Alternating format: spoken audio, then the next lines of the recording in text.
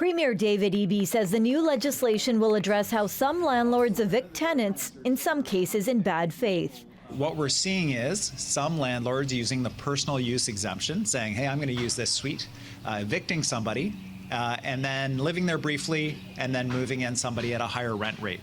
Under the new changes, the personal use exemption will require the landlord to use it for 12 months, not 6 months.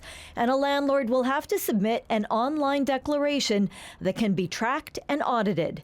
For purpose-built rentals like apartment buildings, landlords will be banned from evicting tenants for their own personal use, which the Premier says has been affecting vulnerable seniors.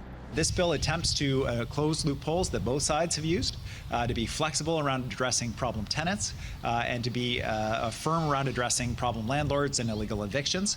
Eby also brought up the recent case of a woman who had a baby and her rent went up by $600 because she added a new tenant. Under the new legislation, if a renter adds a person under 19 to the household, the landlord will not be able to significantly increase the rent. For some people looking to rent, they're skeptical. But this is providing that the landlords are going to comply with this. There's no teeth. There's no teeth. For landlords resolving disputes such as dealing with problem tenants who haven't paid rent or damaged property, the process at the Residential Tenancy branch has improved, according to the housing minister.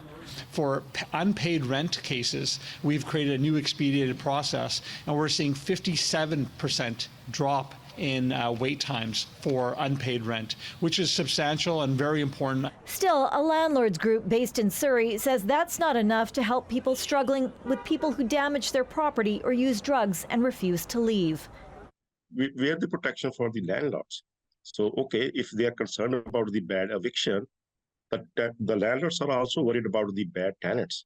Landlords are also frustrated with the tenancy law, which is going to be misused by the tenants in a number of ways here. There are some concerns corporations will take over even more rentals despite the new legislation.